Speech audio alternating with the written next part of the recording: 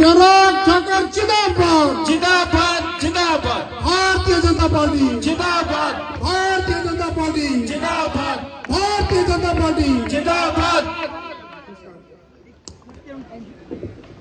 आदरणीय अमरजीत से अनुरोध रहेगा कि वो बीच में ही अपना संबोधन छोड़ गए थे, वो अपना संबोधन जारी रखे। आदरणीय भाई और बहनों, आजकल ये भी आरोप लगाते हैं, खाना खिला जाते हैं तो कहते हैं कि सारा काम बंगाना कर दिया, और जब बंगाना आते हैं तो कहते हैं कि सारे दफ्तर खाना खिला घोड़ी, और जब निचले एरिए से जानते था बोलते सारा काम बंगाने से करी था, और जब बस बरनो जाते हैं तो कहते हैं सारा काम बसाड़ कर दिया। इनके पास कोई कहने को कुछ नहीं है। 5 साल जो काम हुए हैं, आज कांग्रेस के ऊपर जो है वो 5 साल भारी पड़ रहे हैं। आज कांग्रेस को देश के अंदर ही कांग्रेस नेतृत्व विहीन हो चुका है। कांग्रेस के लोग पीड़ित हैं, दुखी हैं। मैं पिछले दिन वीडियो क्लिप सुन रहा था, कह रहे थे कि बिक्कू ने बहुत मेहनत की और मेहनत से उसको टिकट मिलना चाहिए थी, लेकिन कांग्रेस का नेतृत्व तो बेईमान हो गया है। कहते 3 करोड़ उन्होंने टिकट लेकर के बेच दी। अच्छा किया, ताड़ी बजाई, बंदा अच्छा किया। कहते कांग्रेस का नेतृत्व जो है वो भ्रष्ट हो गया। अगर उनको पैसा ही चाहिए था कहते हम दे सकते। अब जो 3 करोड़ दे करके आया और कह करके आया कि मंत्री को हराने के लिए 7 करोड़ लगाए, यानी कि 10 करोड़, वो 10 करोड़ यानी पहले 50 करोड़ कमाएगा, फिर आपकी चिंता करेगा। मैंने कहा वो करेंगे क्या? कहते हर गांव से रमदा ट्रक उतारी जाए। मैं क्या भाई, अगर चाहिए आपको काम तो भाजपा, कम चाहिए तो भाजपा, रम चाहिए था कांग्रेस। तो वोटा तो रम दी और कम दी लड़ाई है। मैंने 5 साल जो है, मैंने कहा कि मैंने गांव गरीब को एक देवता समझ करके मैंने हाथ जोड़ करके और काम करके जो है वो उसकी पूजा किया है। लेकिन मैंने कोई बाई नहीं छूंगी या ना मैं कुछ थप्पड़ मारा। लेकिन मेरा आपसे यही निवेदन है कि हमने काम की तुलना करनी है। भारतीय जनता पार्टी जब आती है तो वो काम करती है, और कांग्रेस जब आती है तो आराम करती है। और आज मैं आपको ये विश्वास देने आया कि आप फिर से एक बार भारतीय जनता पार्टी को आप अपना कीमती वोट देंगे, और यहां पर भी भाजपा बनेगी, जीतेगी, और प्रदेश में भी भारतीय जनता पार्टी की सरकार बनेगी। हमने पिछली बार पानी आपके घर तक पहुंचाया है, अगली बार पानी आपके खेत तक पहुंचाएगा।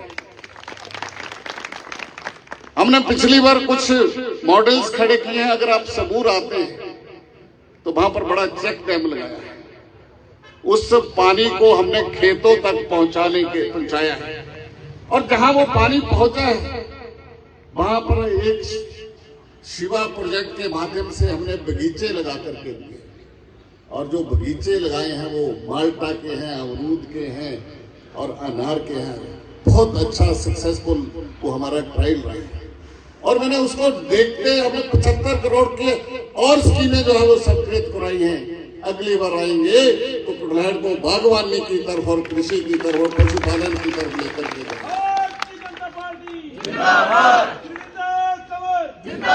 हम गांव को समृद्ध कर देंगे, हम गांव को समृद्ध करेंगे, हम गांव को आत्मनिर्भर करेंगे, जो मोदी जी का विजन है। हमने महिला समूह बनाए, हमने महिला, मेरे पास विभाग था, हमने जो 25,000 रिवॉल्विंग फंड्स देते थे हमने उसको बढ़ा करके 15,000 और डाल करके 40,000 दे दिया। हमने 40,000 दे करके हमने कहा कि वो महिला समूह को हम ट्रेनिंग देंगे, और उसके लिए हमने रूरल लाइवलीहुड सेंटर हमने थाना कला में बनाया 4.5 करोड़ की लागत से, और वहां पर हमको ट्रेनिंग देंगे, प्रशिक्षण देंगे। अच्छी पैकेजिंग होगी, अच्छी मार्केटिंग होगी, वो व्यवस्था हम करेंगे। और उन महिला समूहों को लोन देने के लिए भी सरकार ने प्रावधान किया कि जितना वो लोन लेगी उसका वो 4% ही ब्याज देगी, बाकी ब्याज बैंक का जो है वो सरकार देगी। ये भी हमने जो है वो व्यवस्था की है। हमने गांव की अर्थव्यवस्था में महिलाओं का बहुत बड़ा योगदान होता है, हम महिलाओं को जो है वो इसमें आगे बढ़ाएंगे। और मैं धन्यवाद करता हूं अनुराग जी का, आप हमें वर्ल्ड ड्रग पार्क लेकर गए हैं, माननीय प्रधानमंत्री जी ने जिसका भूमि पूजन किया है। और जो भूमि पूजन उन्होंने किया है वो बहुत बड़ी मुश्किल से हिमाचल को मिला है, क्योंकि बड़े बड़े राज्यों ने अप्लाई किया था और उसमें 3 को देना था, उसमें से 1 हिमाचल को मिला है। 30,000 नौजवानों को रोजगार मिलेगा। और मैं निश्चित रूप से कह सकता हूं कि 5 से 7 हजार नौजवान कहीं के होंगे तो वो कुटलैहड़ क्षेत्र के होंगे। हम कुटलैहड़ क्षेत्र के अंदर नौजवानों को, हमारे नौजवान सड़क के ऊपर दौड़ लगाते हैं भर्ती होने के लिए। हमने यहाँ पर इस बार जो है वो 4-5 जगह स्टेडियमों के लिए 1-1 करोड़ रुपया दिया। अपना धन्यवाद करते हैं कि आपने इंडोर स्टेडियम के लिए 4.5 करोड़ दिया। अगली बार आएंगे तो हर पंचायत के अंदर जहां जमीन होगी हम खेल का ढांचा जो है वो वहां पर खड़ा करेंगे, मैदान भी बनाएंगे और सुविधाएं भी हम देंगे, ताकि हमारे बच्चे जो है वो उत्कृष्ट खिलाड़ी जो है वो यहाँ से प्रदेश के लिए और देश के लिए जो है वो निकले। हमने बहुत सारे स्कूल खोले हैं यहाँ पर, थाना अपना इसमें सैंस भवन भी बनाए, धुंधला में है, बंगाणा में है, कॉलेज हमने बना दिए। अब और विस्तार की जरूरत नहीं है, लेकिन अब हम क्वालिटी एजुकेशन की तरफ जाएंगे। हम कोचिंग सेंटर्स यहाँ पर खोलेंगे ताकि बच्चों के लिए, हमारे बच्चे जो हैं वो ऑफिसर बने ना कि वर्कर बने। हम उनको जो है वो इस और जो है वो आगे लेकर के और कुटलैहड़ की भलाई के लिए क्या संभव है। हम कुटलैहड़ को एक अलग पहचान, एक पर्यटन नगरी की दिलाएंगे। जो काम हमने शुरू किए हैं, जो मॉडल हमने शुरू किए हैं, उसको और आगे बढ़ाएंगे। ये मैं आपसे जो है वो कहना चाहता हूँ। मैं बहुत ज्यादा न कहते हुए मैं एक बार पुनः आपसे यही विनम्र प्रार्थना करता हूँ कि जो आपने 20 वर्ष का समय दिया था, मैंने उसका आपके सामने आज कुटलैहड़ को एक पिछड़ेपन से अग्रणी विधानसभा में पहुंचा है। मैंने एक दिन भी घर बैठ करके नहीं देखा है। 20 साल तक लगातार कुटलैहड़ के विकास की जो हमने चिंता की है। आदरणीय अनुराग जी का बहुत आशीर्वाद जो है वो हमारे ऊपर जो है वो रहा। और मैं उम्मीद करता हूं जब आप फिर से मौका देते हैं तो उसी सेवा भाव के साथ, क्योंकि एक विश्वास का रिश्ता पूरे कुटलैहड़ के साथ जो है वो मेरा बन चुका है। और जो मैं कहता हूं वो मैं करता हूं, और जो मैंने कहा है वो करके दिखाया है। मैंने कहने से भी ज्यादा किया है। तो मैं एक बार पुनः आप सबका बहुत बहुत आभार करता हूं, धन्यवाद करता हूं।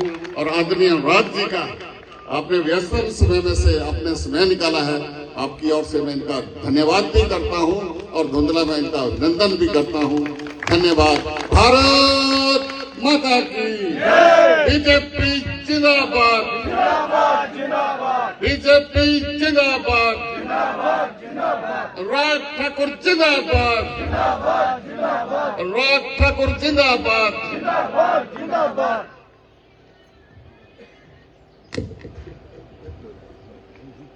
धन्यवाद कंवर जी, आपने काम किया है और आप काम ही करेंगे। लेकिन कुटलैहड़ की जनता ने भी मन बना लिया है कि इस बार रिकॉर्ड मतों के साथ आपको विजयी बनाकर को विधानसभा में भेजेंगे। अब मैं आदरणीय भाई अनुराग जी से अनुरोध करूंगा कि आप अपने आशीर्वाद हमें रखे। अपने आज के कार्यक्रम लगभग दूसरा कार्यक्रम और 1.5 घंटा लेट हम पहले ही है, इसलिए कंवर साहब से अनुरोध किया कि अगले कार्यक्रम में वो चलेंगे और इस कार्यक्रम में मैं बात करूंगा। हमारे यहाँ के लोकप्रिय प्रत्याशी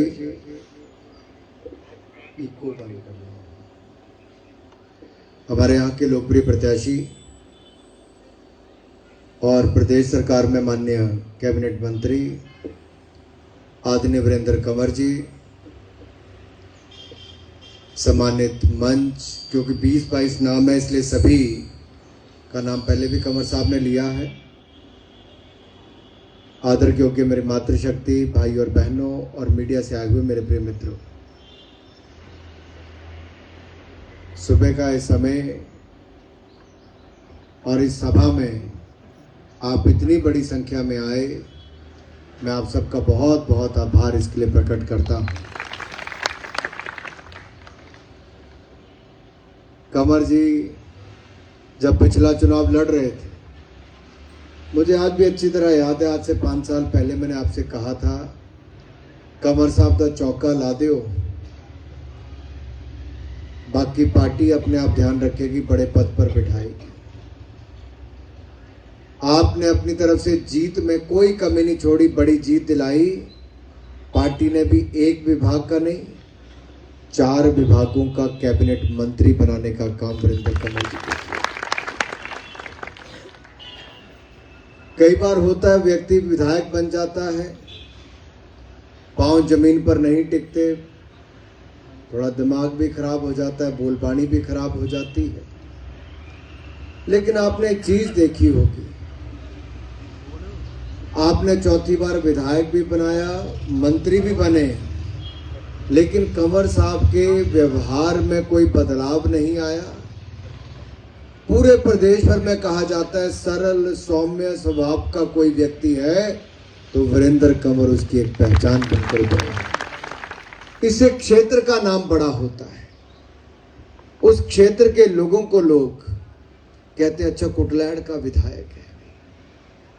क्षेत्र की बात विधानसभा क्षेत्र की ऐसे चलती है जी, और पहचान कैसे बनती है। और ये श्रेय किसी को जाता है तो यहां की जनता को ही जाता है, जिन्होंने कंवर जी को एक नेता के रूप में स्थापित हिमाचल प्रदेश में किया है। ये छोटी बात नहीं है, कहीं पे ब्रेक लग जाए तो फिर नेता की ब्रेक लग जाती है। आपने लगातार आशीर्वाद दिया, ताकत बढ़ाई, कंवर साहब ने दुगनी मेहनत के साथ काम किया और आज अपने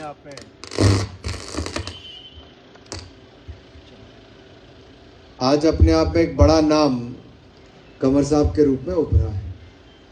ये चुनाव जहां एक और हम सबके सामने एक ऐसा अवसर आया है कि डबल इंजन की सरकार को वापस बनाए। क्यों बनानी चाहिए डबल इंजन की सरकार? अगर मैं देश की परिस्थिति की बात करूं जिसमें हिमाचल प्रदेश भी आता है, गरीब और अमीर के बीच में खाई को कम करने का काम किया है। अमीर के पास क्या था? अमीर के पास पक्का मकान होता था, रसोई गैस का सिलेंडर, बिजली का कनेक्शन, पानी का कनेक्शन होता था। गरीबों के पास देश में क्या था? लोग तो फिर भी अच्छी स्थिति में रहते हैं।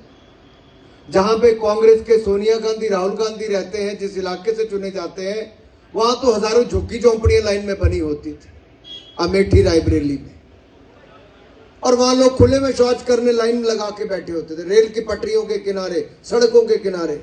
कभी आप जाओ तो जिन लोगों को देश का प्रधानमंत्री बनाया उनके क्षेत्रों में हालत थी। महिलाओं को सूरज उगने से पहले और सूरज छिपने के बाद खुले में जाना पड़ता था। क्या स्थिति थी देश में 70 साल के बाद?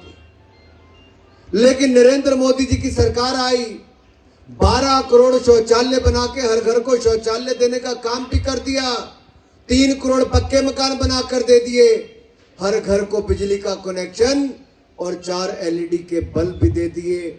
यही नहीं, रसोई गैस का सिलेंडर में भी 80 करोड़ लोगों को, आपदा के समय भी 80 करोड़ लोगों को 5-5 किलो अनाज बिल्कुल मुफ्त में देने का काम किया तो नरेंद्र मोदी जी की सरकार ने किया। अब होता क्या है, काम इतना किया, लेकिन जैसा मेरा भाई चल के यहां से वहां तक आया, सबका ध्यान इसकी ओर चला गया और जो मैंने बात कही उसकी तरफ से ध्यान हट गया। यही चुनाव में होता है कि काम जितनी देर किया, चुनाव के टाइम पे आके कोई दूसरी तीसरी बात करना शुरू करता है और जो आपकी उपलब्धियां, जो आपका कामकाज है, उससे ध्यान भटकाकर कहीं और ले जाने का प्रयास करता है। देनी है एक एप्लीकेशन ही है, लैनी भी में प्रोग्राम तो बाद ही है, पर ध्यान भटक गया ना सारे अंदर। ये ध्यान भटकना नहीं देना। एक काम याद रखना जो 5 साल जिंदगी में, ठीक कह रहे हैं, काम याद करना है। इतना मेहनती नेता नहीं मिलता जी बार बार। ये दिल्ली भी आते यहां से चल के तो अपने 3-4 मीटिंगें की, मैं बोलता हूँ कंवर साहब रुक जाओ, राती खाना खावांगे, गपशप करेंगे, दिन में मैनू भी वेल नहीं होती। नहीं, वापिस आना जी, कल फिर कार्यक्रम रखे, लोगों के बीच में जाना है। ये समर्पण भाव है अपने क्षेत्र के प्रति, और ये आपके कारण हुआ है। जैसे मोदी जी ने 2001 में मुख्यमंत्री बने, 2014 में प्रधानमंत्री बने, 21 सालों में एक भी छुट्टी नहीं ली, लगातार कामकाज करते। और दिवाली भी कहां मनाते हैं मोदी जी दिवाली? जवानों के साथ, क्योंकि अपने देश के जवान भी देश से, परिवार से दूर रह के देश की रक्षा सुरक्षा में लगे। कल भी कारगिल में थे दिवाली के टाइम पे। केवल जवानों के साथ दिवाली नहीं मनाते, उनको लेटेस्ट हथियार चाहिए तो वो भी दिलाते हैं, लड़ाकू विमान चाहिए वो भी दिलाते हैं, बुलेट प्रूफ जैकेट चाहिए वो भी दिलाते हैं, पूर्व सैनिकों को 1 रैंक पेंशन चाहिए वो भी दिलाते हैं, और भारतीय सेना को और मजबूत करके पड़ोसियों को कड़ा जवाब देने के लायक भी बनाते हैं मेरे भाइयों। जो आंखें दिखाते थे, अतिक्रमण करने का काम करते थे, चीन वाले घुसपैठ करने का प्रयास करते थे, डोकलाम में भारतीय सैनिकों ने मुंह तोड़ जवाब दिया, और पाकिस्तान को सर्जिकल स्ट्राइक करके उसको भी मुंह तोड़ जवाब दिया। जम्मू कश्मीर जहां पर आतंक का गढ़ बनाने का काम करते थे, घुसपैठ करने का प्रयास करते थे, पिछले 5 साल का आंकड़ा उठाकर देखो, जितने 50 साल में आतंकवादी मारे होंगे, पिछले 5 साल में उतना मारने का काम किया। हिंदुस्तान को सुरक्षित करने के लिए हिंदुस्तान के अंदर पिछले 8 सालों में कोई बड़ा बम धमाका नहीं हुआ। नहीं तो 26/11 भी होता था, दिल्ली में बम धमाका होता था, बाटला हाउस होता था, कहीं पर बनारस में बम धमाके होते थे। ये मोदी की सरकार है, मुंह तोड़ जवाब भी देती है और आतंकवाद से छुटकारा दिलाने का काम भी करती है। जब देश में रक्षा सुरक्षा का माहौल है तो निवेश भी आ रहा है। दुनिया में सबसे तेजी के साथ निवेश भारत में आ रहा है। नए उद्योग लग रहे हैं, बड़ी बड़ी कंपनियां लग रही हैं। जिस फोन को लेकर आप मेरा वीडियो, मेरी फोटो खींच रहे हैं, ये फोन भी पहले बाहर से बनकर आता था, आज हिंदुस्तान से 100 करोड़ मोबाइल बनकर दुनिया भर के देशों में जा रहे हैं। यह आत्मनिर्भर भारत है। दुनिया से लाने की बजाय आज दुनिया का दूसरा सबसे बड़ा निर्माता मोबाइल फोन का भारत बना है। हथियार दुनिया का सबसे ज्यादा आयात करने वाला भारत था। आज भारत के अंदर लड़ाकू विमान बन रहे हैं, हवाई जहाज बन रहे हैं, हेलीकॉप्टर बन रहे हैं, हथियार बन रहे हैं, तोप और गोला बारूद बन रहा है, और भारत से 30,000 करोड़ का निर्यात हथियारों का दुनिया भर में करने का काम हमने पिछले साल किया भाई और बहनों। नहीं तो हम देश भर में लाने का काम करते थे, आज विदेश में भेजने का काम किया है। यह बदलते भारत की तस्वीर है, यह नए भारत की तस्वीर है, यह आत्मनिर्भर भारत, एक सशक्त भारत की तस्वीर है, जो भारतीय जनता पार्टी की डबल इंजन सरकार में बन रही है। और ये भारत को और आगे बढ़ाना है तो हिमाचल प्रदेश में भी कमल खिलाना है। हम दिल्ली से पैसा भेजते थे, पीजीआई सैटेलाइट से केंद्र दिया, कितने साल कांग्रेस ने जमीन देने में लगा दिया उन्ना के 400 करोड़ का कि नहीं दिया। हमीरपुर में मेडिकल कॉलेज दिया 400 करोड़ का, 3.5 साल जमीन नहीं दी कांग्रेस ने, अब जाके वो बनकर तैयार हुआ हमारी सरकार के साथ। बिलासपुर में 1470 करोड़ रुपए का एम्स जैसा अस्पताल, 1470 करोड़ का, 750 बिस्तर का, 2014 में दिया, 2017 तक वीरभद्र सिंह ने जमीन नहीं दी थी। 14 निकल गया, 15 निकल गया, 16 निकल गया, 17 की अक्टूबर में जाके शिलान्यास हुआ। हमने 4 सालों में एम्स बनाकर अब हिमाचल प्रदेश और देश के लिए समर्पित कर दिया हमारे भाइयों। ऊना में ट्रिपल आईटी बना दिया, बिलासपुर में हाइड्रो इंजीनियरिंग कॉलेज बना दिया। सेंट्रल यूनिवर्सिटी जो 5 साल नहीं 7 साल कांग्रेस ने रोक के रखी, आज 500 करोड़ रुपए की सेंट्रल यूनिवर्सिटी दे रहा, और धर्मशाला में हमने काम शुरू करा दिया है। और तो और जो देश में आज सबसे तेज चलने वाली ट्रेन है, सबसे आधुनिक ट्रेन है, उसका नाम क्या है? अध्ययन पता ही नहीं है। ओ उनने तो चलन का कम भी हो गया होता।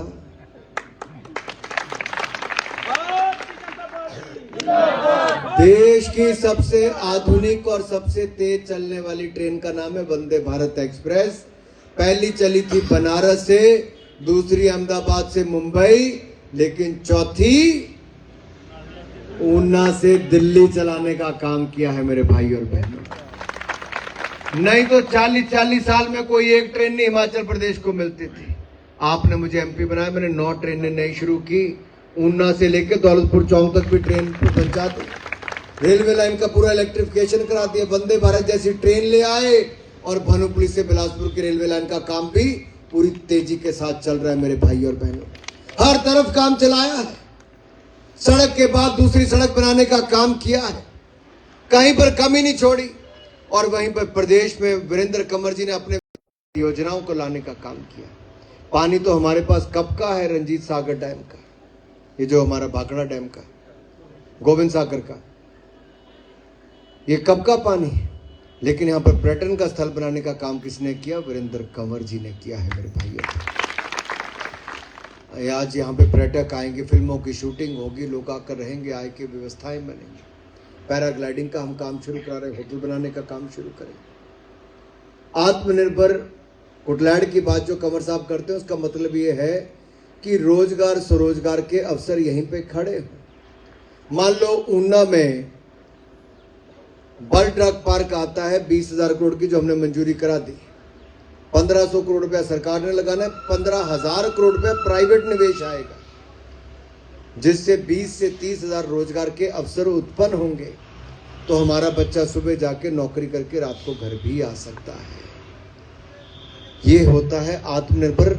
खेती बाड़ी, नेचुरल फार्मिंग हो, उस दिशा में हम काम कर रहे हैं। हर घर को नल से जल देने का काम हमने किया है। कोविड के समय दुनिया भर के सामने इतना बड़ा संकट आ गया था कि पता नहीं बचेंगे नहीं बचेंगे। गांव में लोग अपने बच्चों को भी जो बाहर से काम करके आए, कहते थे पहले 7 दिन बाहर रुक, पहले देखिए तेन टेम्परेचर है कि नहीं है, फिर का रान देना। कहते थे नहीं कहते थे? लगता था पता नहीं दुनिया बचेगी नहीं बचेगी, खत्म ही हो जाएगी। लेकिन 140 करोड़ के देश में भी मोदी जी ने वैक्सीन बनवाने का काम भी किया और 220 करोड़ वैक्सीन आप सबको मुफ्त में देने का काम और लगवाने का काम भी किया है। पैसा तो नहीं लेता किसी तो कोई। 80 करोड़ जरूरतमंदों को 5-5 किलो अनाज हर महीने मुफ्त में भी दिया। कितने महीने? 2.5 साल। 2.5 साल जितना अनाज मिलता था उससे ज्यादा देने का काम किया। हमने कहीं कमी नहीं छोड़ी। हमारा कार्यकर्ता तो आपदा के समय भी गरीब जनता के बीच में अनाज, रोटियां, खाना बांट रहा था, इलाज कराने के लिए मदद कर रहा था। कांग्रेस के लोग घरों में सोए हुए थे, आज वो चुनाव के समय जागे हैं। हम आपकी मुसीबत के समय भी साथ थे, आपके दुख सुख का साथी कोई है तो भारतीय जनता पार्टी है मेरे भाइयों। इसलिए चुनाव ये कंवर साहब का नहीं है। कांग्रेस हर बार नया उम्मीदवार लेकर आती है, वो उनकी मर्जी, किसी को उम्मीदवार लेकर आए, लेकिन टिकाऊ कोई है, सेवा करने वाला कोई है, ईमानदार कोई है, सरल सौम्य स्वभाव का कोई है, तो भाजपा का लोकप्रिय प्रत्याशी वीरेंद्र कंवर आप सबके बीच में होने वाले। इसलिए क्या कंवर जी का चुनाव है कि हमारा चुनाव है? अगर कंवर जी ने 5 साल मेहनत में कोई कमी नहीं छोड़ी, तो अगले 15 दिन हमारी मेहनत में कोई कमी ना आए। हमारे पोलिंग बूथ से रिकॉर्ड लीड दिलाएंगे और कंवर साहब को रिकॉर्ड मतों से जिताएंगे। हमने ना जाति देखी, ना धर्म देखा, ना संप्रदाय देखा। क्या कभी किसी ने पूछा कि आप किसी जाति धर्म के हो या किसी संप्रदाय के हो? आपको रसोई गैस का सिलेंडर भी दिया, पक्का मकान, बिजली का कनेक्शन से लेके पानी का कनेक्शन तक भी दिया। लेकिन ये लोग जाति पूछते हैं, धर्म पूछते हैं, संप्रदाय पूछते हैं, बांटने का काम करते हैं समाज को। हम तो जो जरूरतमंद है उसके लिए काम करने का काम करते हैं मेरे भाइयों और बहनों। इसलिए मैं आपसे निवेदन करने आया हूं। नेता बड़ी मुश्किल से बनता है। ये आपके प्रयासों से बार बार जिताने के कारण वीरेंद्र कंवर इस स्थान पर पहुंचे। कल तक मंत्री बने थे, ना जाने चुनाव के बाद और क्या बड़ी जिम्मेदारी मिले, कहां कहां आगे बढ़ने का मौका मिले। जब अपना विधायक बन के विधानसभा में आएगा तो कुछ भी बन सकता है।